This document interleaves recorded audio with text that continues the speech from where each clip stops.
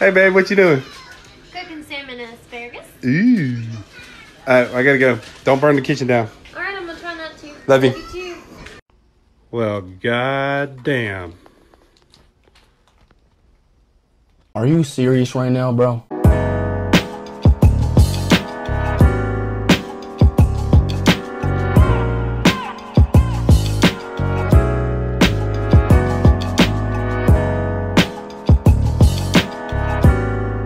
To be honest, it's probably just a skit because you just conveniently started recording as this man walked in. If it's real, though, you already know where she belongs. She belongs to the streets. Would you ever get shitted on for $100,000? Oh yeah, I've done it for less. I beg your pardon? For sure. How what? What was it? What was the amount? Oh God, I mean, Like 5,000? No, like maybe 500. Huh? It happened a few times. It's gross. It's gross. I don't like it. I'm not for it. It's disgusting, actually. I was high for sure. I was definitely high on something. It's wild though. It's nasty. Beta female! And that's what I'll be talking about. A lot of these Instagram models will have 500,000 followers, but they don't make any real money because brands don't really want to work with women who look like sex workers. And most of the money that they do have go to cosmetic surgeries, expensive car payments, and luxury vacations that they can't really afford. But I guess if the going gets tough, at least there's always some guy that's willing to poop on you for $500. Maybe your father didn't spend enough time with you. Maybe your mother didn't spend enough time. You ain't know you was a prostitute. Well, let me fill you in, baby. I didn't write the goddamn dictionary. On schoolyard crit, ho. If you on OnlyFans, your baby daddy, your boyfriend, your nephew, the second you press withdraw, you are a prostitute. I can see what they're doing, what he's doing. I can see it, I feel it. He's cooking. If you do porn, I don't give a fuck how professional it is. You could have a tripod set up with the Yamaha 3000 red-eye camera. Bitch, it's prostitution. The second you get that payment for that scene, you're a prostitute. Now, men can't be prostitutes. It's another word for them. Something more player like gigolo or something of that nature, but it's not prostitute, alright? This is regular fucking English, bitch. English 101. Now, the only reason I'm bringing awareness to it, because there's a lot of young bitches that's prostituting and they don't know they're prostituting because these old hoes is lying to them, telling they independent. And then these people got the nerve to use euphemisms for what they do, like spicy content creator. If you need to use a euphemism to explain your job title because it brings you shame, maybe you need to change your occupation. If you broke, get a job. Get a job. And a reminder that long-distance relationships work great as long as the four of you get along well. And with that, finish your coffee, and I'll see you on the next Daybreak Show, your home of sanity, clarity, and reason. And there will be no begging. Okay, I had a question. Sure. And I need a genuine response. Don't be like, it's really tough. Like, I want you to rack your brain here. How do guys get out of the friend zone? Like, what, is there actually a roadmap, or is it just a dead end that we get to? I think once you're in the friend zone. Oh, I was so excited for you. Because you were like, I was like, first time. That was really You're such an asshole. It was really cool for all of us to see.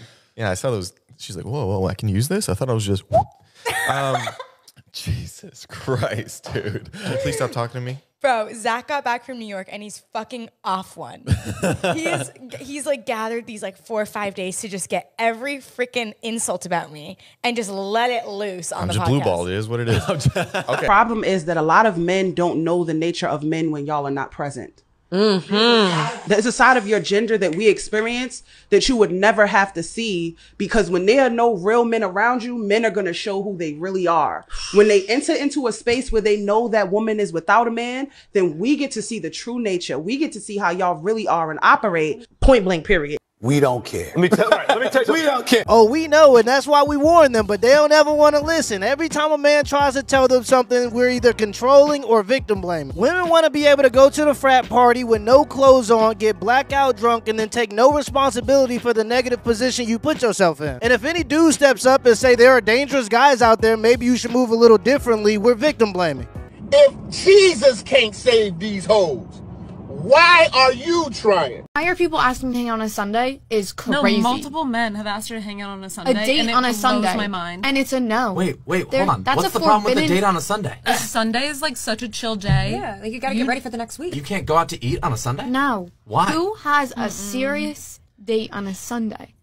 Yeah, I don't get it. Your first date was on a Sunday for the birds, no? That's different. That's a holy day.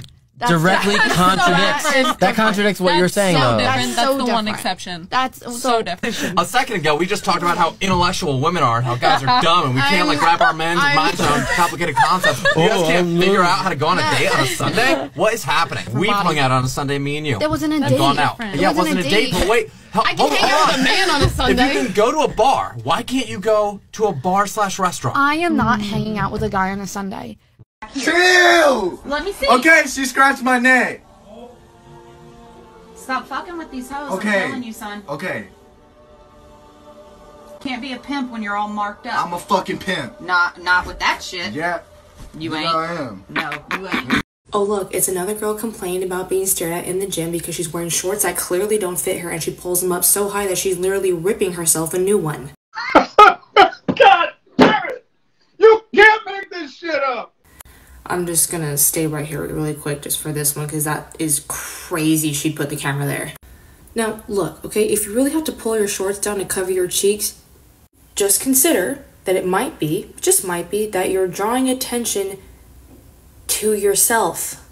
Like if you don't want people staring at your butt, then like don't put it out there. Like, oh, that just seems like a really easy solution. I don't know. If World War III should break out, should women get drafted? No! No. Feminists all of y'all are saying, no. Should we have to I will stay in the kitchen. I will stay in the kitchen. I don't understand this, right? You say men are trash, you don't give a fuck about whatever. But then when you ask the World War III question, they're like, oh no, I'll stay at home and I'll cook, etc. Well then who's paying? Someone's gotta go. So in that instance, you need men. The truth of the matter is a lot of dudes ain't gonna go either, because if a man doesn't have a family, which is his investment into society, why would he go to war for that society? It's gonna be a lot of strong, independent women fighting in World War III. I think it's like, where are the men though? I don't feel like in your 30s, you should have to deal with some of the things that you are dealing with. Women of our caliber, we're educated, well-traveled, we got hobbies and shit, we got our own money, we got our, you know what I mean? Like, where are the men that are on that status? They call her the cat lady. When you study every empire that has fallen, there's 3 stages, Ed. The first stage is the death of God. And once that happens, you sort of are castrated from a sense of a higher order and your reverence is gone. And once that happens, the moral structure above is castigated. So what happens next? The next stage is female sexual liberation. And I specify female sexual liberation, not male, because what happens is there's a guy named J.D. Unwin. He wrote his magnum opus called Sex and Culture. And he studied 86 different cultures through 5,000 years of recorded history. And he found that with the Sumerians, the Babylonians, the Athenians, the Romans, what they all had in common is once we give up our belief in God, women become sexually liberated. And once they're sexually liberated, men no longer want to fight to maintain their social cohesion. Friedrich Nietzsche writes about this in The Gay Science when he said that God is dead. And the last one is desecration of beauty and rewriting history. From reading all the literature, this is what's going to happen, I think. Kind of like Rome? Yeah. I'm reading the book Sex and Culture right now, and the most fascinating part is when people say history just repeats itself, it sounds cliche until you learn about history and you realize it's true. It always starts with the death of God, and when people don't have a sense of purpose and people don't have anything to believe in, they turn to nihilism. Nihilism is basically the idea that nothing matters, and when people start to believe that nothing matters, people turn to hedonism. Hedonism is the love of self-indulgence and instant gratification, and once people become hedonistic, you get sexual liberation. Once sexual liberation happens, men no longer feel the need to be productive or fight for women, because why would they? They're just giving themselves to other guys. It happened to the Sumerians, it happened to Rome, it happened to France during the French Revolution, and you can see it happening to America right now. If you haven't read the book Sex and Culture, I highly recommend it. Let me know in the comments below if this video was a W or an L, and give me the HBO special. That's a Help Brother Out special. Hit the like and the subscribe button for more content. Till next time.